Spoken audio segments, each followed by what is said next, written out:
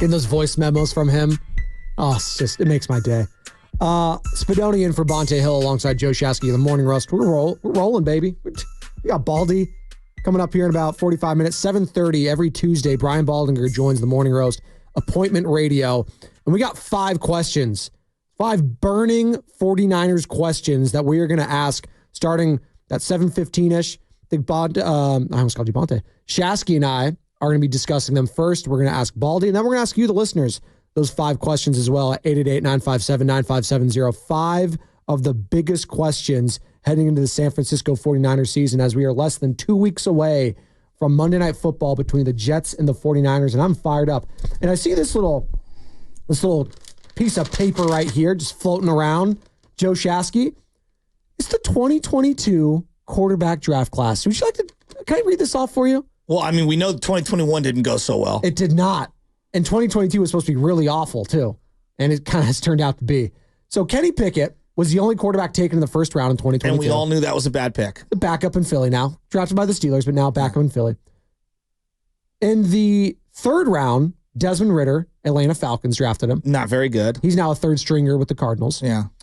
In the third round as well, Malik Willis of the Tennessee Titans. He's actually a really good runner, but can't throw. Traded to Green Bay yesterday for a 7th round pick. So he's now the backup to Jordan Love. I bet LaFleur makes him better than what he was in Tennessee. Or if he has to spot start or something like that. Yeah, he can give him a couple years with LaFleur. He can win you a game. Yeah. And that's all you ask for a backup. Another 3rd round pick, Matt Corral, however you want to pronounce it. It doesn't matter. I think it's Corral. Because he stinks, so I don't care how to pronounce it. Yeah. Panthers drafted him, and he was cut yesterday by the Vikings. Yeah, I watched a whole doc on Wyatt Earp and the OK Corral. The movies have it wrong. That's all I'm going to say. Netflix 6-episode series about Wyatt Earp and the OK Corral. They didn't Check it look out. like Awesome. Kurt Russell and Val Kilmer. Tombstone. There was a city named Tombstone. It wasn't as vile as everyone. It actually had a lot of money because they were silver mining. Anyway, point being, OK Corral is not what it was made up to be. Only a couple people died. Okay, Matt Corral gets cut. 4th round, Bailey Zappi, Patriots. Yeah, he's terrible. He's expected to get cut. 5th round, Sam Howell, Washington Commanders. He's now back up in Seattle. I always kind of like Sam Howell. I don't know what it is about him. Like, he just takes too many sacks. It's like me and Tyler Heineke. Yeah, something like him. I get a kick out of Taylor Heineke. Exactly. Yes, you really like him. Thanks, Rogers, brother. And then you had 3 7th round quarterbacks taken in that 7th round in 2022, the draft class. Chris Aludican. Okay, yeah, sure. 3rd stringer in KC now. He was drafted by the Steelers. Skylar Thompson is the only one. Wow.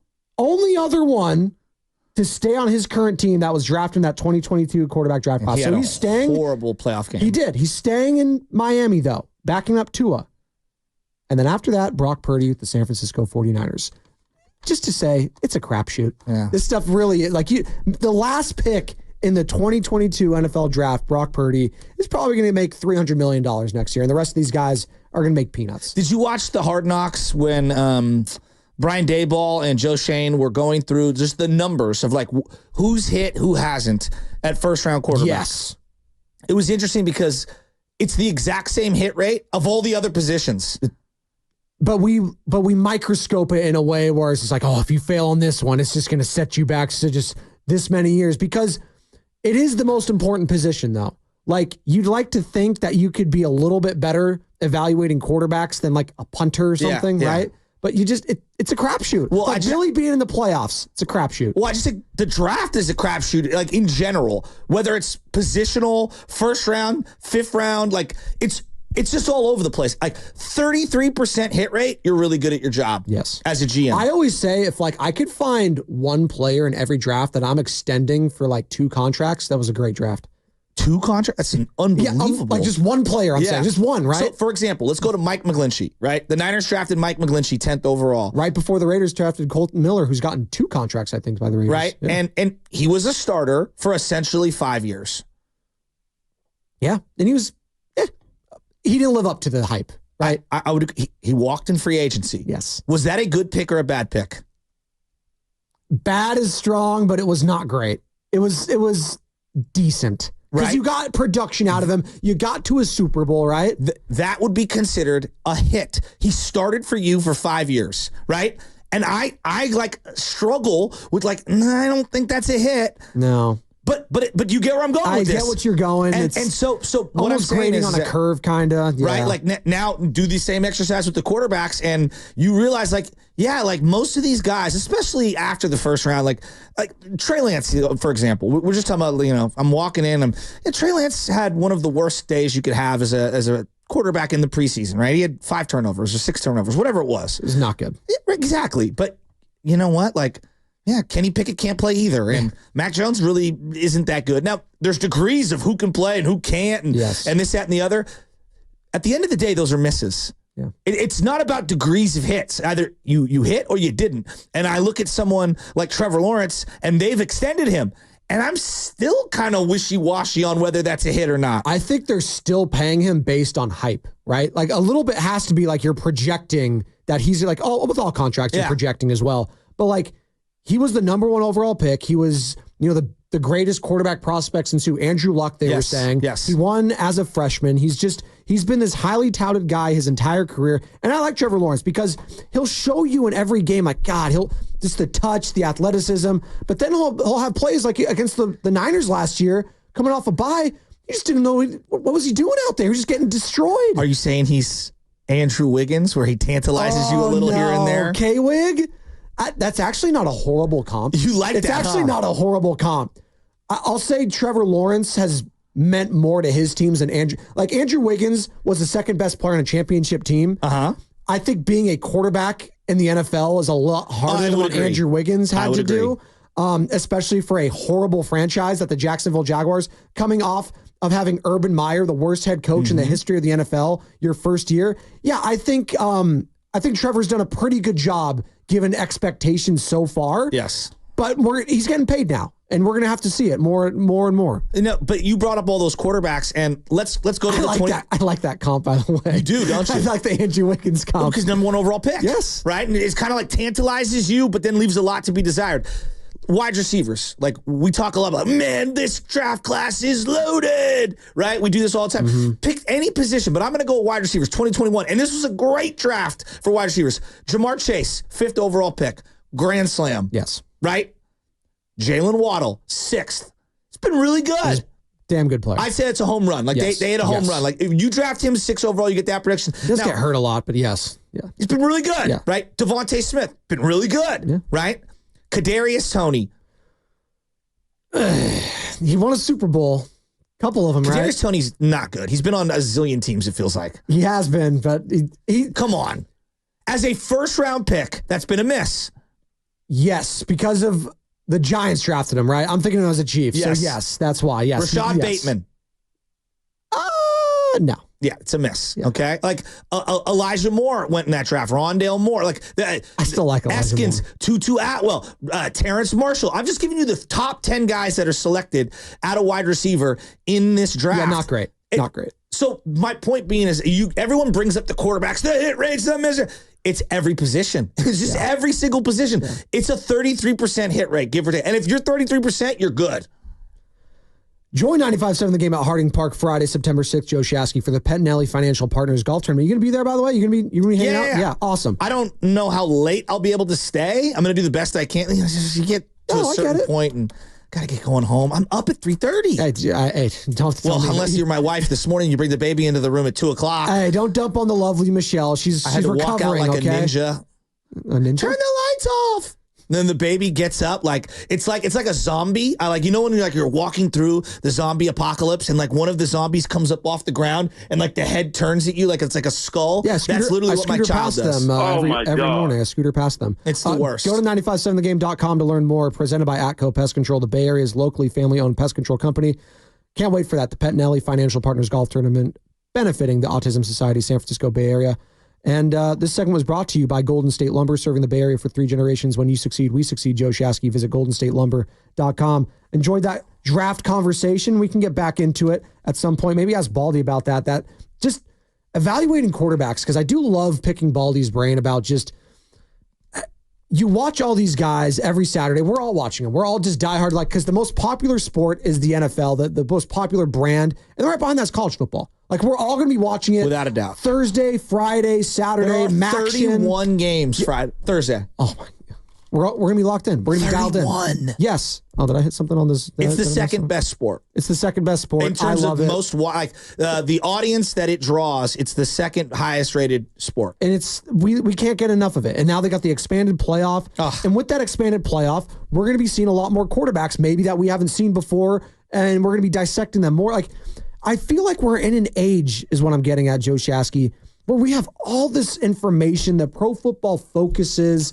We have everything. And yet, why does it feel like evaluating quarterbacks is the same from like 1975? Why does it feel like it's the same and we still can't do it? Terry Bradshaw, that Pittsburgh Steelers never saw him play a game live At La Tech? before drafting him. That's actually pretty insane. They never saw him. That's the rumor. That was the whole story. No one from the organization had ever really seen him play a game. That's unbelievable. But again, that was like the late 60s, early 70s. I mean, but like, that's still kind of like you're basing off hype of like Caleb Williams. I'm sure the Bears did their homework and stuff like that. But when it's a consensus that everyone thinks this is the guy, you're probably just going to take him. Like, it's rare that you have a quarterback prospect like a Trevor Lawrence, like a Caleb Williams, like an Andrew Luck, and you don't take him number one overall because everyone's just telling you to do it. So it's like, hell, these guys know what they're talking about. Andrew Luck's a great example. And we can talk a lot about all the things that he can do on a football field. It was pretty obvious. Andrew Luck's really good. He's really smart. And then the system he was in with the coaching and the ownership and the infrastructure destroyed him. Yeah. He didn't get an offensive line. You invested all of this. You sucked forever. I guess just for like a year or two. And they got lucky because they went from Peyton to Andrew Luck. And now they're still trying to find their next guy since then. But yeah, they stunk. You got the guy, but then you didn't draft anyone to help him. I know. Like, you get Quentin Nelson like after he's gone. I know. It's like, what are we doing? Well, but I think this goes to now. Let's turn it into the Brandon Ayuk conversation, and it's like, I understand wanting to make every last dollar, but you also have to survey the landscape and say to yourself, all right, but what's my ability? You know, like when you're in a company, they always ask you these questions like, do you want to grow with the company, right? Do you one day want to go from, I'm an apprentice and I want to go to journeyman, and then one day I'd like to be the foreman, right? Mm-hmm. Well, it's the same thing could be said at wide receiver. Do you want to get a big contract? Yes, I do. Well, do you think you have an opportunity here to put up really good numbers to get that third contract, to get that fourth contract? What about making money off the field, right? Does any of that interest you? You can't be penny wise, pound foolish in these situations. So maybe I make $1 million or $2 million annual less here, but I have a much better chance 3 years from now to get multiple Pro Bowls, to get 1,200 yards, win big playoff games, and get a Nissan commercial, and get an Adidas commercial, and get that third or fourth contract. And I think that's what Belichick is talking about when he's talking about that cut that we played earlier. It's like, all right, Brandon, I know you want to get paid the most, and I don't know what his algorithm is. I know you want to get paid a lot of money. Like, I understand that. But, like, the money isn't equal. So making 27 here is actually going to help you make 33 3 years from now when we renegotiate and you go to 2 Pro Bowls and you win multiple big playoff games and you're Brock Purdy's number one target. And he is now the $60 million quarterback going to John Lynch and Kyle Shanahan saying, I want my number one target to get his third contract. You got to keep this guy. Like, to me, that's powerful. You're listening to 95.7 The Game, KGMZ FM and HD1 San Francisco and Odyssey Sports Station, always live on the free Odyssey app. No, that was absolutely powerful. And here's some more sound that you were alluding to. Bill Belichick on with Pat McAfee yesterday.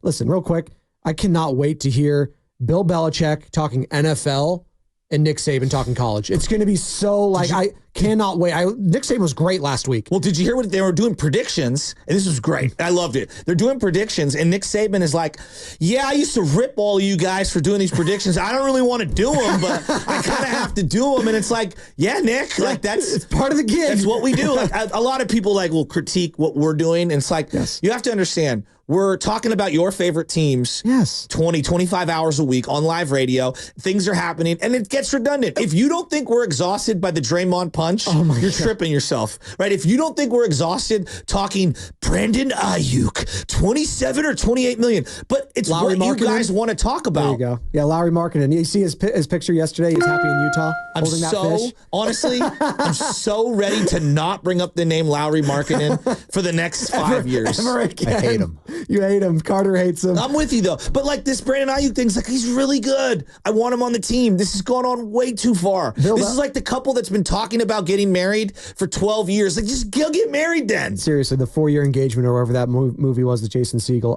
Bill Belichick on other teams' contracts impacting his negotiations. Hey, so whenever these deals happen around the league, when a deal happens and your general manager, your guy that's trying to figure out you see these deals happening, you go, what are they? Why is that what we're paying people now? Because it immediately affects your deals, right? Whenever that type of stuff happens somewhere else, those become the comps, that becomes the conversation. So then that becomes your headache for every single negotiation. So you're looking around whatever website, whether it's Pro Football Talk or ESPN, or getting text messages, you see a deal get announced and you go, whoa, that's what and then you immediately see 10 headaches on your team. I got 10 guys better than that guy. That's going to, is that real? Is that like the reality of the business whenever you're in one of those positions? I personally don't look at it that way, but I think, the players do. And I think it certainly comes up in the conversation. My conversation to the players would always be, look, we can do what we can do. I can't control what another team paid somebody else or didn't pay somebody else. That's really out of my control. The only thing I can tell you is here's what we can do. And I would try to structure the contracts on the team I was coaching so that they were consistent. So you can come into me and say, well, Bill's getting more than I am and I'm a lot better than he is. Then that creates a problem for me because, you've made the decision on those numbers. So, when somebody else throws out a number, you have to deal with it. But in the end, it's not your number. So, we can't negotiate. Look, every player is going to come in and say, well, this is the highest paid guy. Some of the teams getting it. We want that. Well, you can't make everybody the highest paid guy based on contracts, on 31 other teams in the league. It's impossible. So I try to structure it on what our team is. And if Brady's making less than, a corner, there's something wrong, right? There's something wrong. And then that corner might leave and go somewhere else.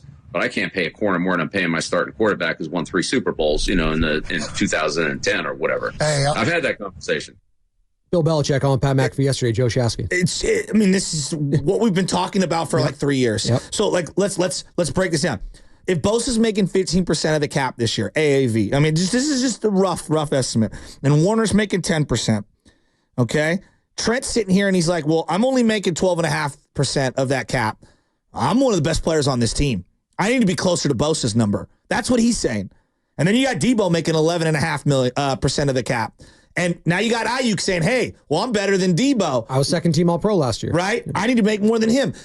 I can see where this gets out of control. Mm-hmm. And I'm looking here and I'm saying and this is why CMC got paid earlier. CMC's like, I'm only making, 4 or 5% AAV of the cap. Right? The annual percentage of the cap. So I need to be bumped up. Now he's making 7.5, but it gets into this, and this is where everyone says, Shasky, you're pocket watching.